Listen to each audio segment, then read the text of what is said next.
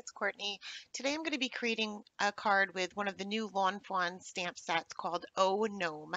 And this is going to be a one-layer scene, but we are going to be adding some dimension to the card as well. So I'm starting off with a piece of Nina Solar White here, and this is cut down to 5 by 3 3/4. And I just use my T-square ruler and a pencil just to draw myself a straight line as a guide as to where I need to stamp my images.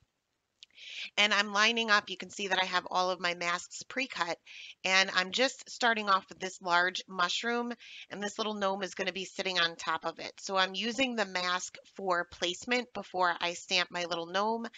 He's going to be sitting on top, so he's going to be in front. So you want to make sure that you stamp him first, mask him off, and then you're free to go ahead and stamp the little mushroom. Now these are really teeny tiny images, so they're not the most fun to cut out, to fussy cut out for your masks. So if you have a scan and cut, you can certainly use that. I prefer not to when I'm doing ink blending in the background just because it doesn't give you a perfect cut and you have those white edges around your images once you do your ink blending. So I'm just going to continue to build my little scene here. I want him to be holding this little flower, and I have two other gnomes and some other mushrooms that I'm just going to be creating my scene here with.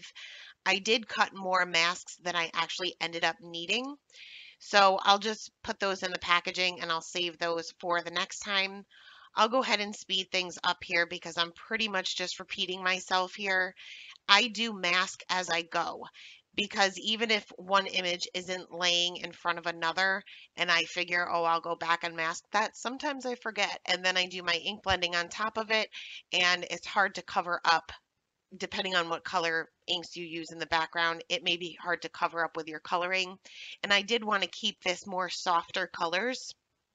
So I knew I would have a hard time covering up that distress oxide that we're going to be using. So I'm going to go ahead and stamp some of these mushrooms, kind of have a line of them, and they're going to be behind one another. So I am making sure that I mask those first before I stamp my other ones. And then there's these little thought bubbles or speech bubbles in the set. And I'm going to have my little gnomes on either side have one of these, and then the middle gnome obviously is holding that little flower. And I'm going to go ahead and mask these out as well. Then we'll move on to the ink blending. And like I said, I wanted these to be pretty soft colors. I do have my pencil line there, but I am going to erase that first before I start my ink blending, just because I'm too afraid that I'm not going to be able to get it up later, even though it is a really light pencil line. My little mask there, this little guy's foot, kept coming up, but I knew I was going to be coloring their shoes black or dark gray, so I wasn't really worried about it. I'm taking a piece of Post-it note tape here to mask off the bottom portion of my card panel, and I'm using one of the blendability brushes by Trinity Stamps and Tumbled Glass Distress Oxide. And I'm starting off on the bottom part where that mask is, that Post-it note tape, and working my way up so my darkest area will be right along that mask. I am dabbing this off on a scrap piece of paper before I bring it to my card base, or card panel rather, just because I don't want too much ink on there. I do want this to be pretty subtle. With these type of brushes, that isn't even necessary. A lot of times with the regular ink blending brushes, we tend to dab that off on scratch paper, but you don't need to do that with these. I just really wanted a soft look. So I went ahead and masked out the top portion of my card here, and my Distress Oxide, it stays wet for a while. So you're going to have a hard time getting your Post-it note tape or whatever mask you're going to be using to stick down. And instead of just waiting a minute and doing that, I'm impatient and I moved on to the antique linen for the bottom portion. And I'm doing the same thing here. I'm going along that mask and working my way down. And this is when I'm realizing that my mask is really shifting around here because it's just not sticking to that tumbled glass. So I got a new piece of Post-it note tape and tried to line it up the best I could as far as where the tumbled glass ended. But you'll see that I struggled with this a little bit. For whatever reason, I was having a hard time seeing it or lining it up or just not being careful enough. And I have a white edge between my antique linen and tumbled glass. So I did have to adjust my mask a little bit and bring that up a little bit further to kind of get that white edge. And I'm not going all the way down to the bottom. Like I said, I'm concentrating my darkest area being along that mask and kind of fading out to white. And I'm dabbing off on that paper towel, or I'm sorry, the scratch paper too, so I don't have all that much ink going on. So once that was done, I went ahead and removed my masks, being very careful. Distress oxides stay wet a long time and can rip your paper. And I don't even know if I said this, but I used Simon Says stamp masking paper, and I stamped with blackout ink because I'm going to be Copic coloring these. So once all my masks were removed, we'll move on to the Copic coloring, and I'm going to be starting off with the skin tones for each of these little gnomes. I'm going to keep the coloring very, very simple. And I'm going to be pretty much doing a 3-color blend for everything, I think, except for the mushrooms. So like always, I'm starting off with my lightest color, mapping out the darkest areas, which were pretty much on their faces, going to be underneath their little hats. And for that little girl, it's going to be underneath her hair. For the darkest color, I just put one straight line or a curvy line, depending on which one you're looking at. And I did not add the darkest color to their little hands because they're so tiny. I just did add a little bit of shading to their hands with the mid-tone and then blended all of those areas out with my lightest color. For the little man gnomes here, for their beards, I wanted these to appear white. So I'm just going to be using my C3 and C1 just to add a little bit of shading underneath their hats. And for their little mustaches, it would be right there in the center. And to get rid of those little flick lines so it's not, not going from C1 to white, because I don't have anything less than a C1, I just quickly go over that area with my colorless blender. For this little girl, I wanted her to appear to have like dirty blonde hair, so I'm going to go right in with the E15 and add some shading underneath her hair and where her braids are kind of gathered together. Blend that out with the Y26 and then the Y23. For their little outfits, I wanted them to be blue, but I don't want it to be overly dark. Like I said, I wanted to keep these fairly light, only using a 3-color blend here, mapping out my darkest areas with my lightest color. And I'm just using a center light source here. I'm not doing anything crazy.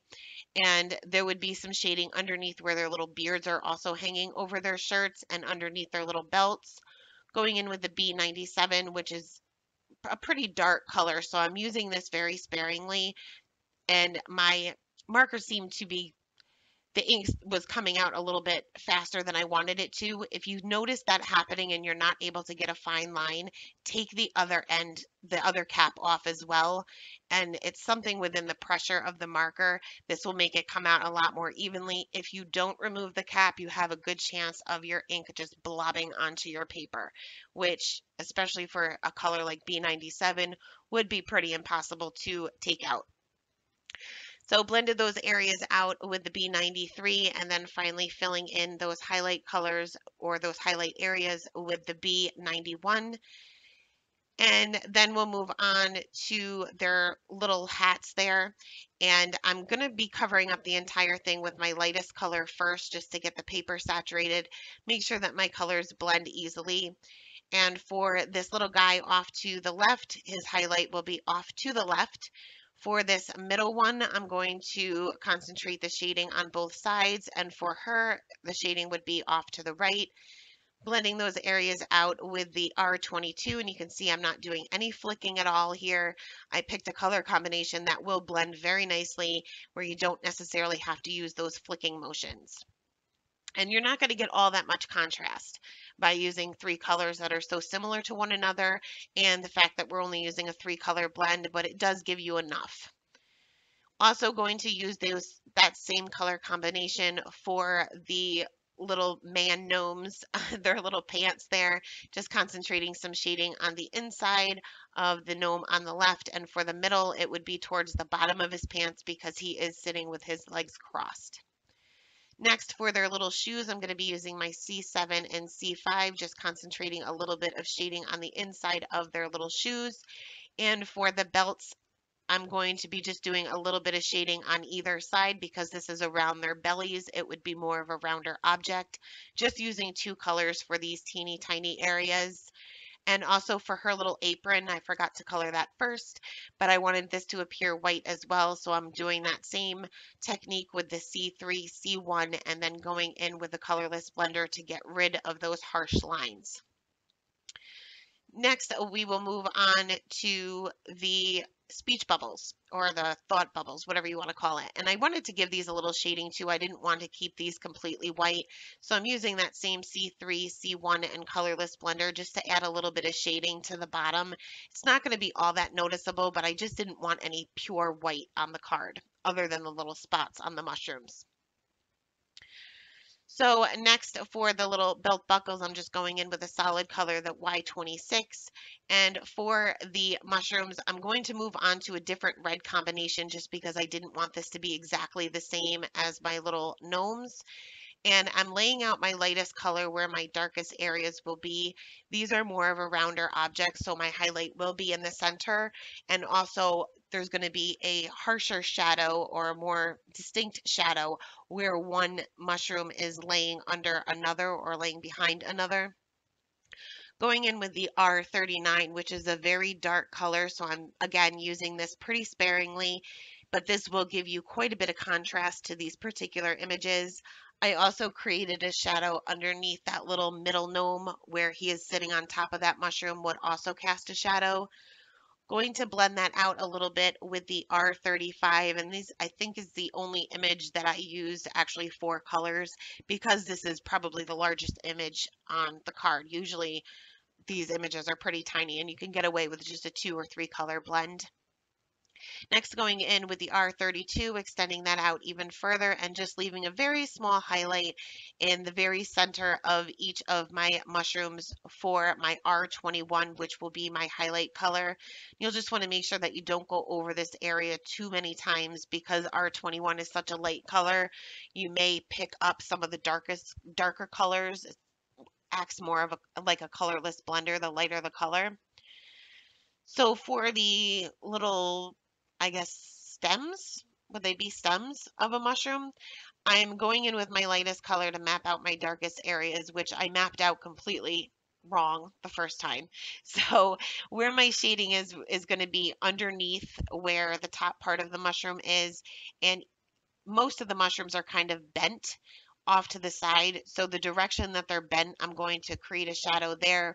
For that middle one, it will be on either side because that one's pretty much straight up and down and also in the center of the card. So we have a center light source.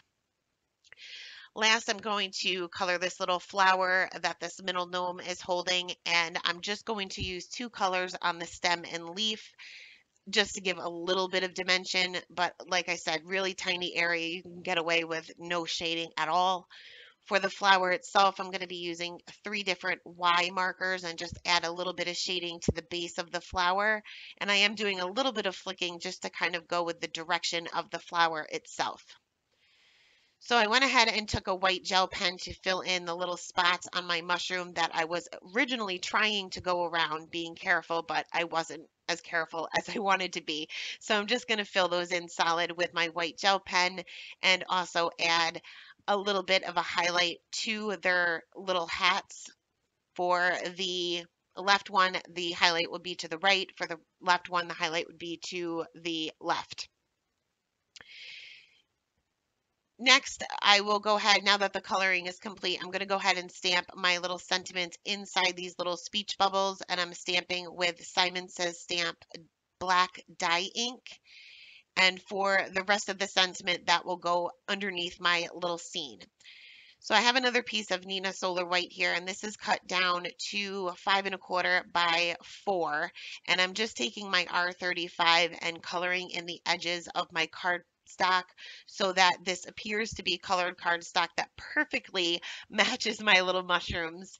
And I'll go ahead and put that aside. If you get little streaky lines from the alcohol ink, just go over it more than once.